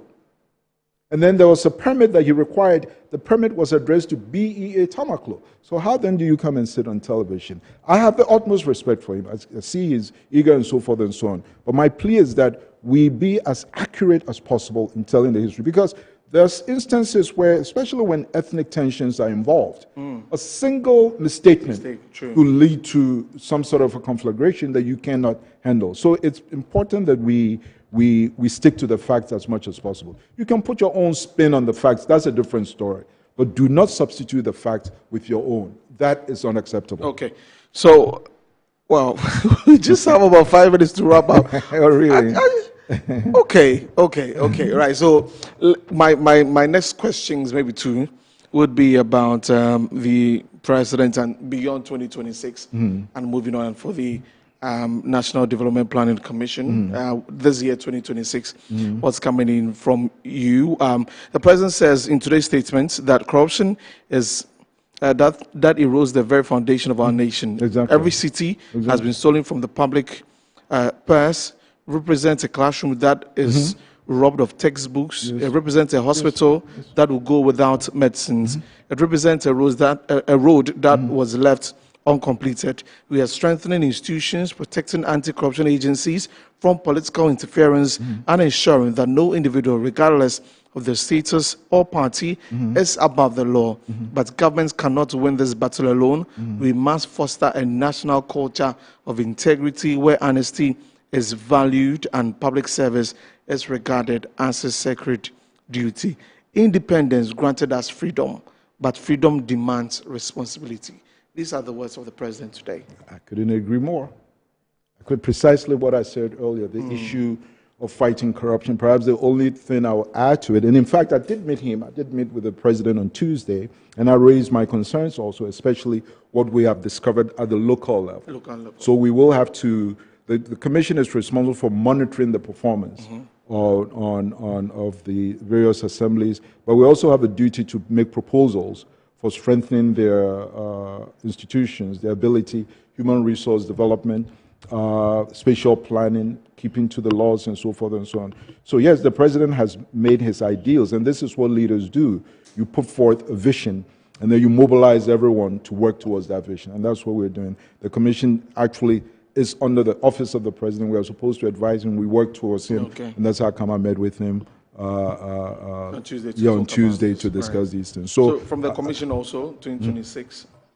The 2026, there are a number of things we can expect. The main one is what we call the annual progress report. Last year, for the first time, we actually published it for the public to have a sense of how the MDAs and MMDAs actually performed. So we had a media encounter. I'll make sure that you attend the one this year. And we intend to do that so that the public gets to know more intimately exactly how their resources are spent how the development plans are actually implemented, what is done, what is not done, why it is not done. We also work very closely with the Minister of Finance, and I have to thank him for the support that he's provided. He's made it clear. If you looked at the previous annual progress report, about 11 or 13 different MDAs simply refused to submit their performance reports, and you cannot do that. And two of them are the two biggest ministries, that's Ministry of Health and Ministry of Education. Between them, they account for over 50%. Just imagine over 50% of the wage bill. They didn't do anything. Hopefully, last year and of course this year's report will be different. So that's one of the biggest things to look forward to. We also have to prepare the consolidated plan that the President directed us to do. We have to engage all parties involved, certainly the political parties. I'm actually looking forward to engaging. We have to engage the political parties, explain things to them. Most Ghanaians don't even know what happens to a manifesto when a political party wins power. But there's a process of transforming a manifesto, which is a political party document, into a national development document which belongs to all. And NDPC is in the middle there. But there are mechanisms for doing that, and we think it's time for us to enhance those mechanisms so that the impact of manifestos on national development is enhanced. Those are some of the things that we're looking forward to. Yeah. Doc, thank you so much for You're coming most in welcome, today. sir. I've enjoyed the conversation. Mm-hmm. But before you go, it's Independence Day. You speak some Ghana to your people, and then what Ghanaian song are you listening to now on your phone? Odongpoto. That's by, you never heard the name. Odongpoto. Odongpoto. That's by Ulome. Oh, okay. Yeah.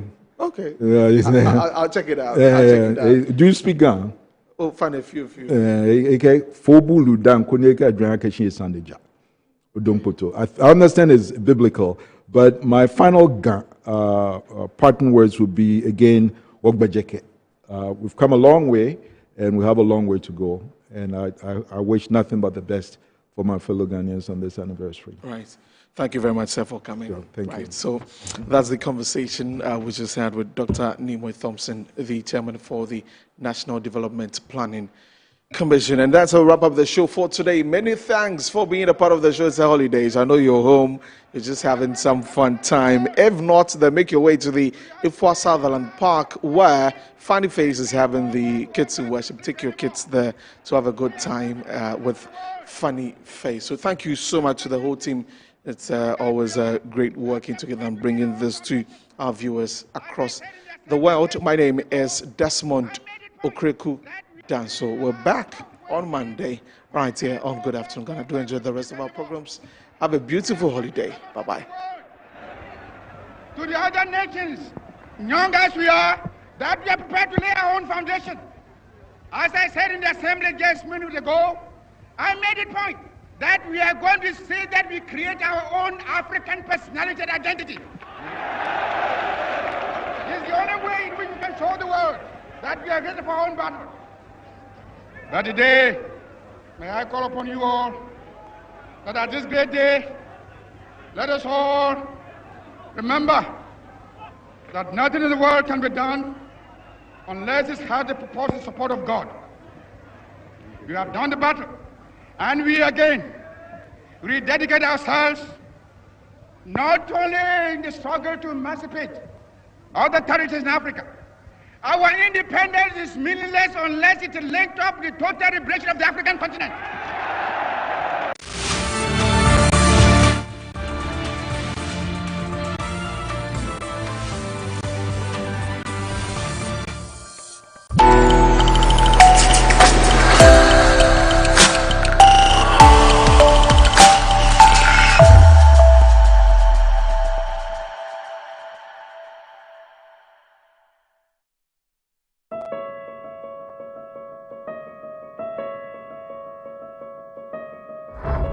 What at all does he see in her that he's not seeing in me? Look at me! Eugene and Anekia made a choice. You won't believe what Pam and Anekia have done to me. Or staying, Abstain. Why abstain? I have been seeing through your shenanigans all night. I thought I told you that I didn't want to see that girl in this house again. I'm sorry, Cinnamon.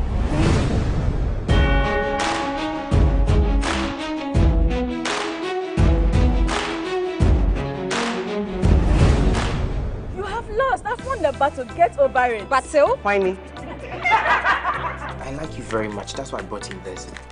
Protect me? Yes, I'm ready to listen to you. Eugene Clark. That boy. That womanizer. You are old enough. I would like you to man up to choose among these two. Now, the baby is baby. So you are coming to come and see. Sometimes I just sit and then regret what really happened. Take care to prevent pregnancy.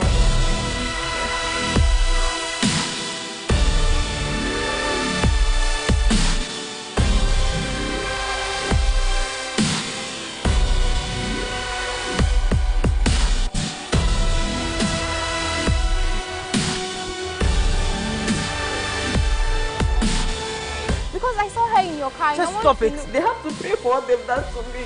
Be ready for the storm coming up for you. The revenge is not necessary.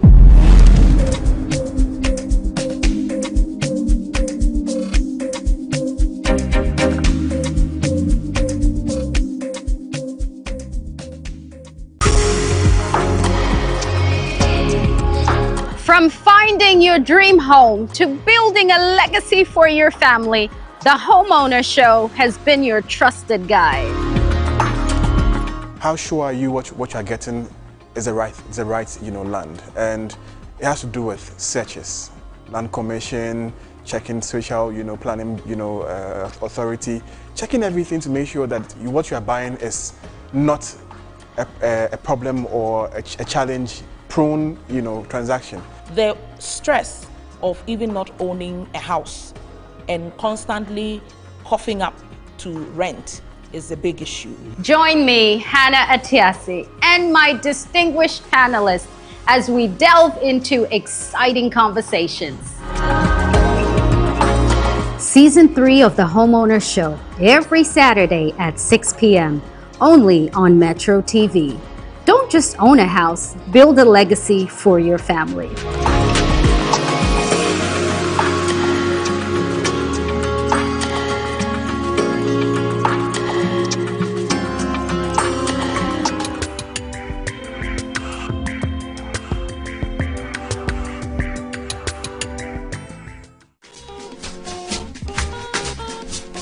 As I'm saying this morning because you are leaving here at 3:46 a.m. and you are joining us here on our move up to the hill.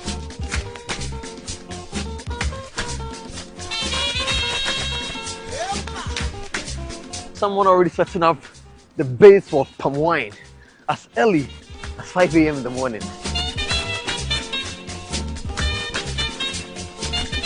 Listen guys, I'm just there. I'm happy. We are stuck in the fog. We are wrapped with the fog.